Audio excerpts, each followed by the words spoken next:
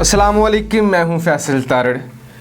नाजरीन, आज की हमारी वीडियो सऊदी अरब के एतबार से और मोहम्मद बिन सलमान के मुस्तकबिल के एतबार से बहुत अहम है। मोहम्मद बिन सलमान बहुत जल्द सऊदी अरब के नए बादशाह बन जाएंगे। उनके रास्ते में जितनी भी रुकावटें थी वो एक एक करके ख़त्म होती जा रही हैं। जो भी उनके रास्ते में आया उन्होंने उसे रास्ते से हटा दिया और ऐसे तरीके से हटाया, इतनी प्लानिंग से हटाया कि कोई उन पर शक भी नहीं कर सका और जिन लोगों ने उन पर शक किया उनको भी रास्ते से हटा दिया गया। लिहाजा किसी को जुर्रत ही नहीं हुई कि उन पर कोई शक भी कर सके या उनके ख़िलाफ़ कोई आवाज़ भी उठा सके। अपने सगे चचा को गिरफ़्तार किया, चचाज़ाद को गिरफ़्तार किया, ख़ानदान में जितने लोग भी थे उनको गिरफ़्तार कर लिया और सबको कहा कि अगर आप मेरे ताबे होते हैं, अगर आप मेरे वालिद के बाद मुझे बादशाह मानते हैं तो मैं आपके साथ रियायत बरतने के लिए तैयार हूँ, वरना आपका अंजाम भी वही होगा जो सहाफ़ी जमाल कशकजी का हुआ था। अब दोस्तों, जमाल कशकजी के हवाले से आज हमारी मुकम्मल तौर पे वीडियो है कि किस तरह से वो मोहम्मद बिन सलमान के रास्ते में रुकावट थे, किस तरह से मोहम्मद बिन सलमान ने उन्हें रास्ते से हटाया और अब उनका रास्ता बिल्कुल साफ़ हो चुका है। दोस्तों, अक्टूबर 2018 में जमाल कशकजी का कत्ल हुआ तुर्की के कौंसल खाने में। तुर्की में जो सऊदी कौंसल खाना है, यानी सऊदी जो सफारत खाना है, वहाँ पे जब वो दाखिल हुए तो वो बाहर नहीं निकल सके। लिहाजा उसके बाद ख़बरें चलना शुरू हो गई कि सऊदी सहाफ़ी जमाल कशकजी गायब हो चुके हैं। आलमी मीडिया ने इस खबर को कवरेज देना शुरू की तो तुर्की हुकूमत ने कहा कि हमें ये शक है कि सहाफ़ी जो हैं वो आखिरी दफ़ा सऊदी सफारत खाने में दाखिल हुए थे। लिहाजा हमारा शक ये है कि वो सफारत खाने में ही मौजूद हैं, वहीं पर उनको ठिकाने लगाया है, वहीं पर उनका कत्ल हुआ है। लिहाजा जब तहकीक की गई तो पता ये चला कि सफारत खाने में उनके टुकड़े टुकड़े कर दिए गए थे और उसके पीछे जो हुक्म था, जिसके कहने पे किए गए थे, वो मोहम्मद बिन सलमान की ज़ात थी। क्योंकि दोस्तों, जो सहाफ़ी जमाल कशकजी थे ये 2017 से अमेरिका में मुकीम थे। ये सऊदी अरब नहीं आते थे क्योंकि ये मोहम्मद बिन सलमान उनकी पॉलिसियों के सबसे बड़े नाक़द थे। ये खुलकर आवाज़ उठाते थे कि किस तरह से हो सकता है कि मोहम्मद बिन नाइफ वलीअहद हूँ और अचानक से उन्हें माज़ूल कर दिया जाए और सबको गिरफ़्तार कर लिया जाए जो भी मोहम्मद बिन सलमान के ख़िलाफ़ बोलता है, और मोहम्मद बिन सलमान वलीअहद बन जाए और मुस्तकबिल में वो ख्वाब देखें कि वो सऊदी अरब के बादशाह बनने वाले हैं। जब सऊदी सहाफ़ी ने आवाज़ उठाना शुरू की तो मोहम्मद बिन सलमान को लगा कि सबसे बड़ा ख़तरा तो मेरे लिए ये सहाफ़ी है, लिहाजा उन्हें कत्ल करवा दिया गया। फिर 2019 में उनके बेटों से मोहम्मद बिन सलमान ने और शाह सलमान ने मुलाकात की, जिस पर जो मुत्तहिदा अरब अमारात के एक बड़े कारकुन हैं समाजी, उन्होंने भी आवाज़ उठाई। उन्होंने कहा था कि ये किस तरह से हो सकता है कि जमाल कशकजी के बेटे अपने कातलों से मिलें, अपने वालिद के कातलों से मिलें, लेकिन जिस तरह से भी हुआ सऊदी हुकूमत की जानिब से धमकाया गया या डराया गया। लेकिन सऊदी सहाफ़ी जमाल कशकजी के बेटे सलाह कशकजी ने कहा कि मेरे वालिद के कत्ल के पीछे मोहम्मद बिन सलमान का या सऊदी शाही ख़ानदान का हाथ नहीं है। ये आलमी ताकतें सऊदी अरब को बदनाम करना चाहती हैं।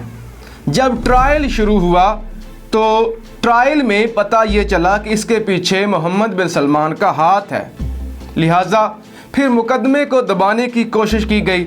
फिर दिसंबर 2019 में 5 जो कातिल थे उनको सज़ाए मौत हुई और 3 को मजमूई तौर पर 24 साल की सज़ा हुई। लेकिन अक़वाम मुत्तहिदा ने यह कहा कि ये सज़ा गलत हुई है, ओपन ट्रायल होना चाहिए, मेरिट पे फ़ैसला होना चाहिए। वो लोग जिनका पीछे हाथ था वो नहीं पकड़े गए, जबकि प्यादे पकड़े गए हैं। मैं पहले भी बारहा कह चुका हूँ कि मोहम्मद बिन सलमान के पीछे अमेरिकी सदर ट्रंप का हाथ है। और अब मोहम्मद बिन सलमान को मसला ये है कि अगर ट्रंप इलेक्शन ना जीत सका तो जमाल काशकी जी का जो केस है वो पड़ जाएगा मोहम्मद बिन सलमान के गले।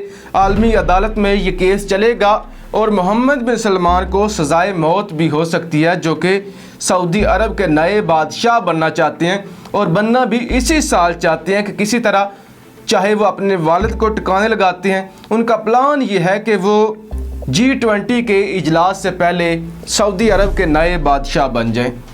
अब जो खबर है, सबसे बड़ी खबर जो है वो ये है कि सऊदी सहाफ़ी के बेटों ने अपने वालिद के कातलों को माफ़ कर दिया है। किस कदर उन्हें थ्रेट किया गया होगा, किस कदर उन्हें परेशान किया गया होगा कि उनका ये बयान सामने आया है कि रमज़ान में हमने अपने वालिद के कातलों को माफ़ कर दिया है। ये एक बाबरकत महीना है। जो शख्स किसी को माफ़ करता है अल्लाह उससे राज़ी होता है। दोस्तों, अल्लाह का भी फरमान है कुरान पाक में कि तुम मेरे इंतकाम पर राज़ी क्यों नहीं होते, बेशक मैं बेहतरीन इंतकाम लेने वाला हूँ। अब जमाल काशकी के बेटे ने यह कहा है कि हम अपने वालिद के कातलों को माफ़ करते हैं। ये खबर जब से सामने आई है तब से मोहम्मद बिन सलमान के जो इक़्तिदार का जो रास्ता है वो मज़ीद मजबूत हो चुका है। उनको सबसे बड़ा मसला ये था कि आलमी दुनिया अगर उनके ख़िलाफ़ होती है तो उनके ख़िलाफ़ ये बड़ा केस खुल सकता है। जबकि BBC की रिपोर्ट के मुताबिक इस्लाम में ये कहा जाता है, इस्लामी कानून की रोशनी में, कि अगर लवाहिकीन माफ़ कर दे कातिल को तो फिर सज़ा नहीं होती। लेकिन BBC का ये कहना है कि आलमी कानून की रोशनी में ये काबिल कबूल नहीं है। आलमी कानून की रोशनी में ट्रायल चल सकता है, केस चल सकता है। लिहाजा एक हवाले से तो मोहम्मद बिन सलमान ने बहुत अच्छी कोशिश की है कि उसने अपना आखिरी पत्ता खेलते हुए उन लोगों को भी राज़ी कर लिया है जिनके वालिद को उन्होंने कत्ल किया था। अगरचे इंसानी हकूक़ की जो तंजीमें हैं वो शोर कर रही हैं, वो अच्छा खासा रोला डाल रही हैं कि ऐसे कैसे हो सकता है कि जमाल काशकी के बेटे अपने बाप के कातलों के साथ हाथ मिला लें, उनके बहकावे में आ जाएं। ऐसा हरगिज़ नहीं हो सकता कि जब उनके वालिद को इस तरह से जुल्म बर्बरियत का निशाना बनाया गया। लेकिन ज़ाहिर है जब एक मज़बूत रियासत धमकाए, जब एक मज़बूत रियासत आपसे कहे कि आप माफ़ कर दें तो आपकी जुर्रत नहीं होती। आपके पास ऑप्शन यही होता है जो जमाल काशकी के बेटों का बयान सामने आया है वो पढ़ के यही लगता है कि ज़बरदस्ती उनसे माफ़ी मंगवाई गई है। तभी उन्होंने कहा है कि रमज़ान में हम माफ़ कर रहे हैं, बेशक हमारा इंतकाम अल्लाह लेगा। रमज़ान एक बाबरकत महीना है, अल्लाह माफ़ करने वालों को पसंद करता है, हम इसलिए माफ़ कर रहे हैं, हम ये मामला अल्लाह पे छोड़ रहे हैं। इसका मतलब क्या है? इसका मतलब ये है कि वो लोग ज़हनी तौर पे परेशान हैं, किस तरह से उन्हें यरगमाल बनाया गया है। लेकिन मामला जो भी हो, मोहम्मद बिन सलमान इस मामले से भी निकल चुके हैं।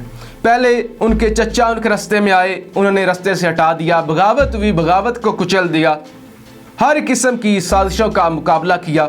अब जो हालात सामने हैं, जो हालात नज़र आ रहे हैं, उनकी रोशनी में यही लगता है कि अब मोहम्मद बिन सलमान के रास्ते में आने वाला कोई नहीं।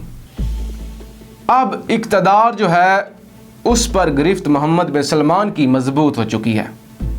इस्लामी कानून की रोशनी में अब उन्हें सज़ाए मौत नहीं हो सकती।